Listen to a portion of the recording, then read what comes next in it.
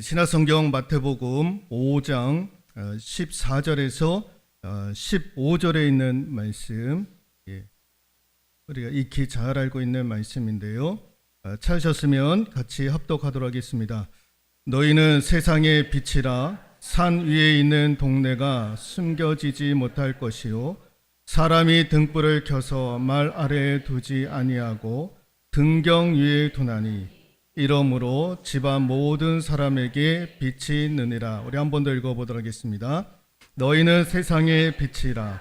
산 위에 있는 동네가 숨겨지지 못할 것이요 사람이 등불을 켜서 말 아래에 두지 아니하고 등경 위에 두나니 이러므로 집안 모든 사람에게 빛이 있느니라. 아멘. 내가 빛입니다 라는 제목으로 하나님의 말씀 전해드리도록 하겠습니다. 말씀을 전하기 전에 주보를 보면 여러 가지 바뀌는 것들이 많이 소개가 되고 있죠. 몇 가지만 이제 소개를 해드렸는데 여기에는 우리가 조금 관념을 깨는 몇 가지도 들어 있습니다. 왜 그렇게까지 하느냐라고 말씀하실 터인데 여러분 내년도에 여러 가지 것들 우리가 좀 실험적으로도 해볼 것들이 좀 있고 합니다. 그래서 왜 그렇게 하느냐가 아니라 한번 여러 가지 것들을 시도할 때에 여러분 많이 기도해 주시고 또 우리 교우들의 협력을 좀 부탁을 드리도록 하겠습니다. 왜 그렇게 하느냐가 아닙니다. 그렇게 하느냐가 아니라 우리도 살려고 하는 겁니다. 우리 교회도 살아보려고. 그래서 여러 가지 우리 정책 당기 때 여러 가지 생각들을 같이 나누고 논의하는 과정 가운데 어렵게 결정했던 것들이 있습니다. 그래서 이제 변동 사항들 여러분들 잘 유념해 주시고 또 함께 협력해 주시기를 부탁을 드리도록 하겠습니다. 12월 3일 윤석열 씨가 명백한 내란을 일으켰던 그 계엄령 선포 이후에 한국 사회가 이제 급변하게 여러 가지 것들이 바뀌고 있고요. 또 경제적으로는 지금 굉장히 어려운 상황 가운데 놓여져 있고, 정치적으로는 이제 혼돈 가운데 있지 않습니까? 그거 이제 일련의 사태들을 제가 이제 지켜보면서 한국 교회가 절호의 기회를 놓쳐가고 있다. 그 안타까운 마음이 들기 시작을 했던 거예요. 제가 몇 주 전에도 그런 말씀을 드렸습니다만은 지금 한국 교회가 절호의 기회를 맞았는데 이거를 지금 다 놓치고 있는 거예요. 다 놓치고 있어요.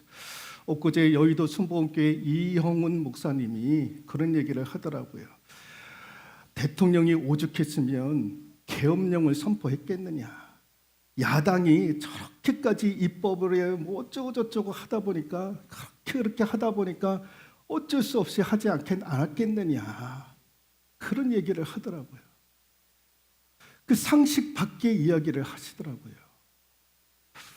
초등학교 아이들도 다 아는 상식적인 일들이었는데도 불구하고 대형교회 목사들이 지금 그렇게 시대를 분별을 하고 있는 거예요. 오죽했으면 대통령이 그렇게 계엄령을 선포했겠느냐라는 거예요. 그럼 나중에 야당이 여당이 되어가지고 그렇게 하면 잘했습니다. 그렇게 할 겁니까? 그런데요, 그렇게 다들 보고 있는 거예요. 한국교회가, 특별히 대형교회가 목회자들이 깨어있어서 시대를 향해서 바른 이야기를 해야 되는 절호의 기회를 다 놓치고 있는 거예요. 네. 이러니 여러분 세상이 소금이 되라 빛이 되라 우리 주님 말씀하셨는데 교회가 빛이 되지 못하고 소금이 되지 못하는 그런 상황 가운데 우리가 놓여져 있으니 세상이 무슨 교회에다가 희망을 걸겠습니까? 소망을 걸겠습니까? 네. 아무런 소망이 없는 거예요. 희망이 없어 보이는 거예요.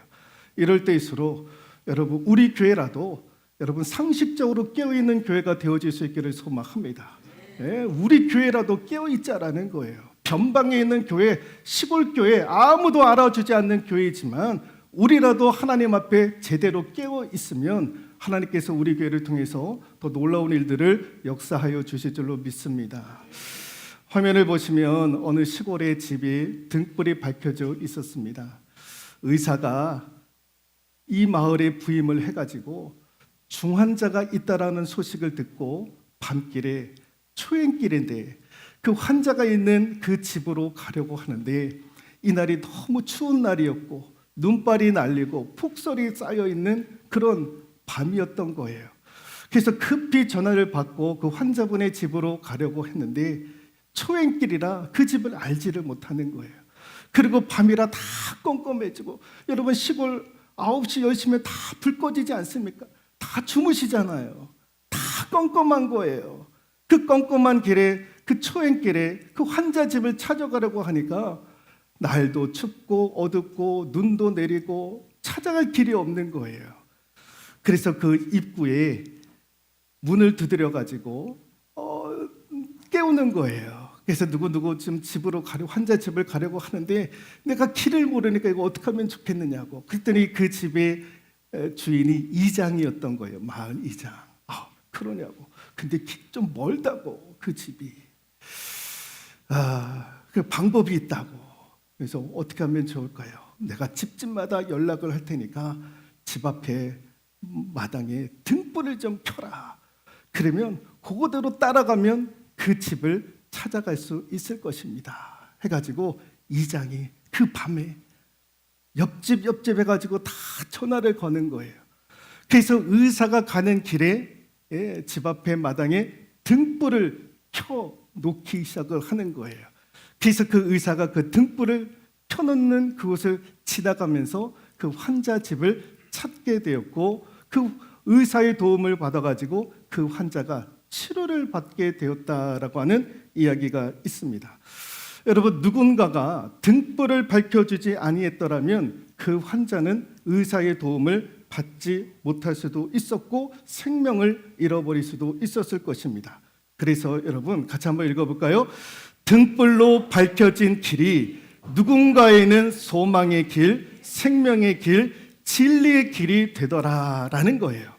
등불로 밝혀진 길이 누군가에게는 소망이 되고 사는 길이 되고 진리의 길이 되더라는 거예요. 오늘 예수님이 본문의 말씀을 통해서 너희는 세상의 빛이다, 세상의 빛이다라는 말씀을 하셨습니다. 여러분, 그 세상의 빛이다라고 하셨을 때 그 말씀이 의미하는 것이 어디에 포함되어져 있냐면 요한복음 14장 6절 읽어볼까요? 내가 곧 길이요 진리요 생명이니, 여기에 포함되어져 있는 거예요. 이 말씀이 너희는 세상의 빛이다라는 거예요. 내가 곧 길이요라는 거예요.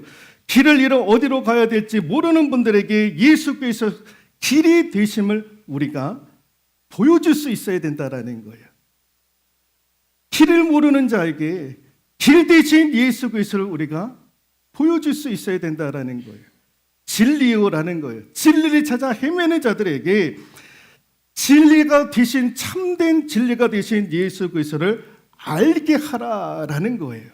생명이니, 세상의 어둠과 사망의 길에서 정처 없이 돌아다니시는 분들에게 부활과 생명이신 예수 그리스도를 인도하는 빛이 누구에게 있느냐? 우리에게 있더라라는 거예요. 그래서 내가 곧 길이요 진리요 생명이니, 이게 곧 세상의 빛이 되라라고 하시는 예수님의 말씀이다라는 거예요. 그래서 여러분, 이것을 하기 위해서 우리가 실천해야 되는 행동들이 몇 가지가 있어요.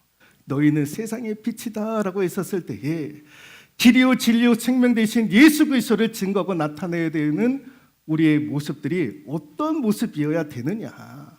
너희는 세상의 빛이다라고 했을 때 그 말씀이 의미하는 것이 무엇인가? 같이 한번 읽어볼까요? 우리는 노출된 사람이다라는 것을 먼저 알아야 한다라는 거예요.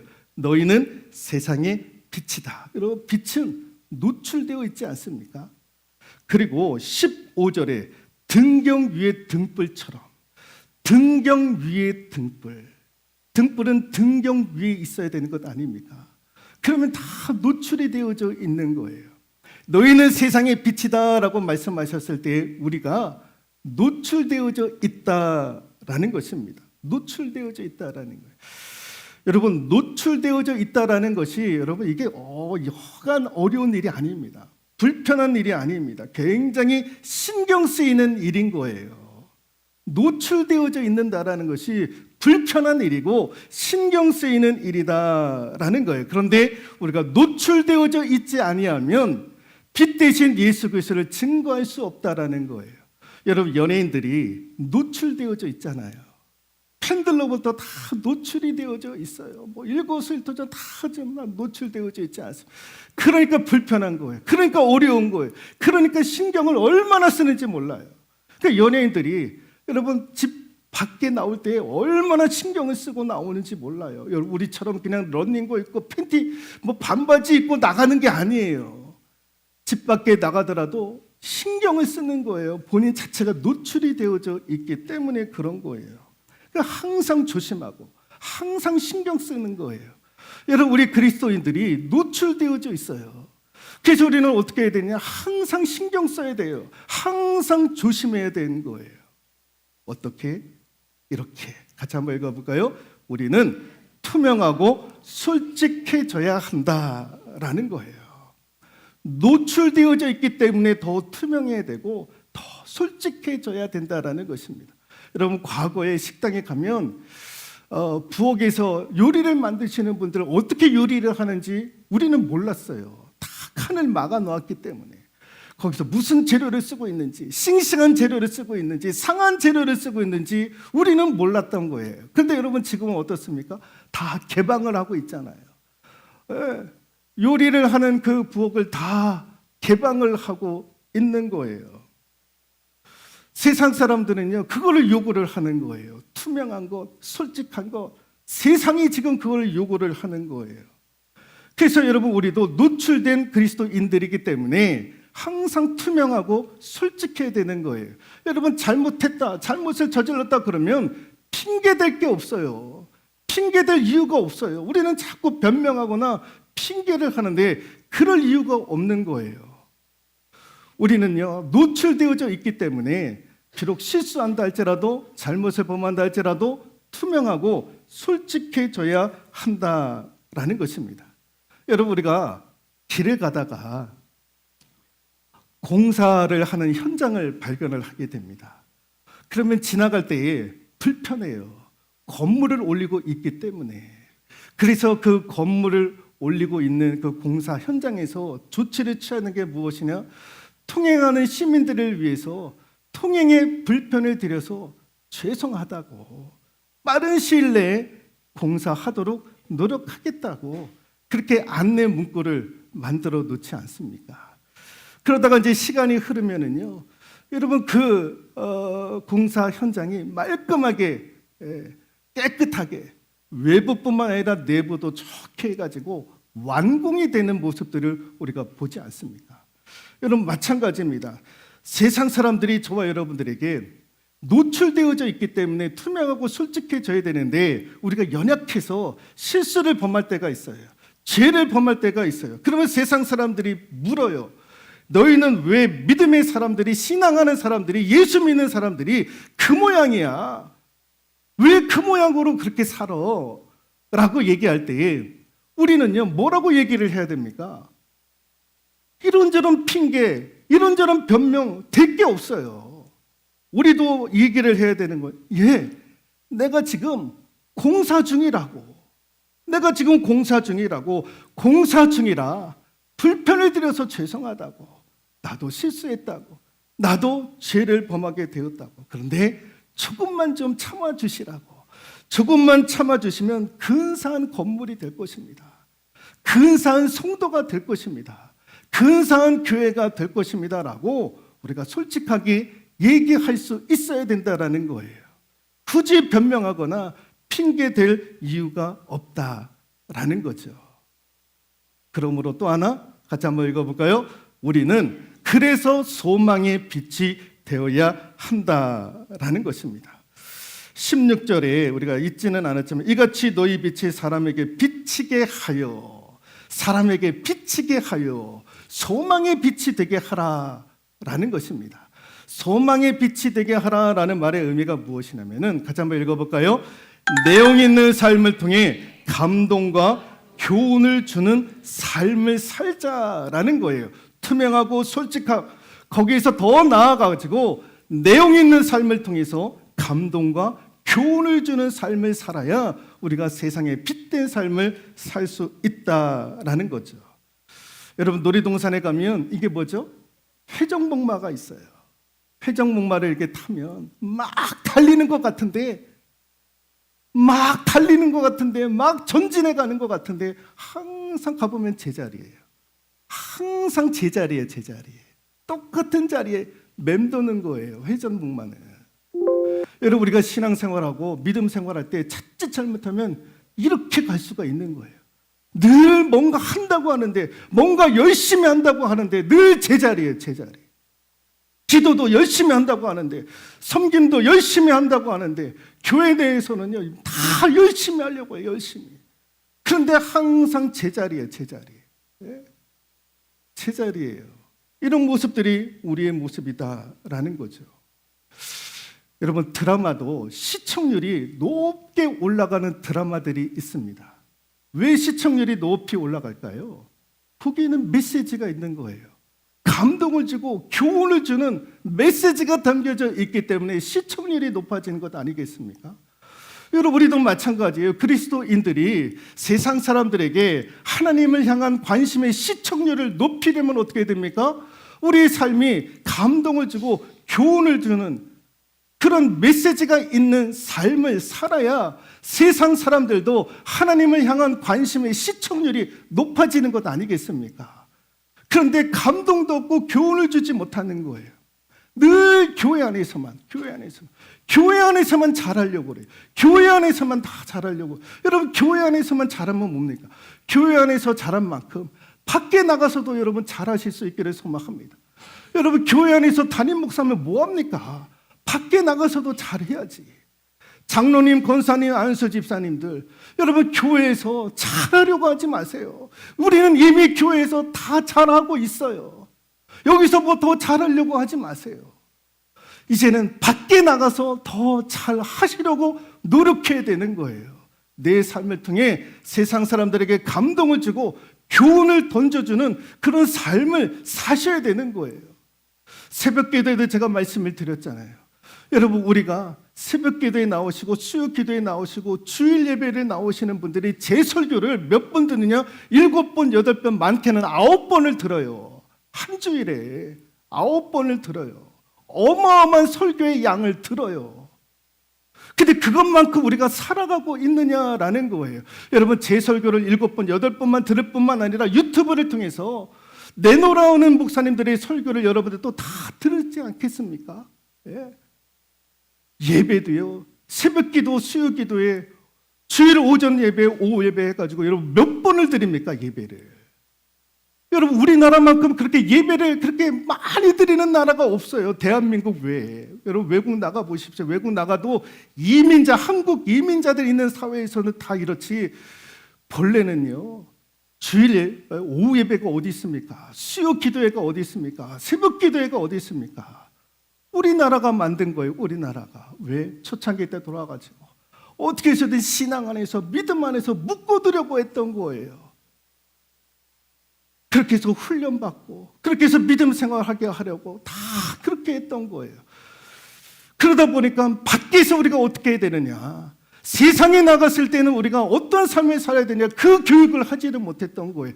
교회 안에서는 은혜 받게 하고, 믿음의 결단을 세우게 하고, 헌신하게 만들고, 섬김을 다하게 만들고, 근데 밖에서는 어떻게 해야 되느냐, 밖에서 직장 생활은 어떻게 해야 되느냐, 가정 생활은 어떻게 해야 되느냐, 마을에서는 우리가 어떤 삶을 살아야 되느냐, 이런 것들을 교육하지 않았어요.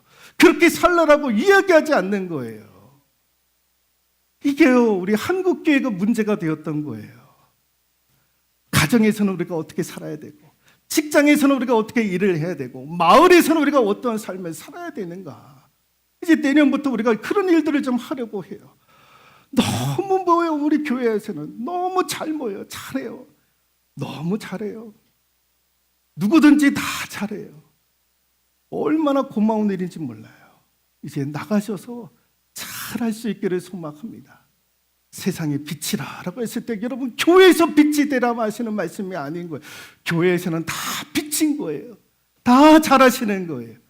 세상에서 빛이 되지 못하니까 세상에서 우리가 어떤 삶을 살아야 되는가, 우리는 노출되어져 있으니까 투명하고 솔직하게, 더 나아가서 감동과 교훈을 던져주는 그런 메시지가 있는 삶을 살아가는 우리 새쁨교회, 우리 성도들 될 수 있기를 주님의 이름으로 축원드리도록 하겠습니다.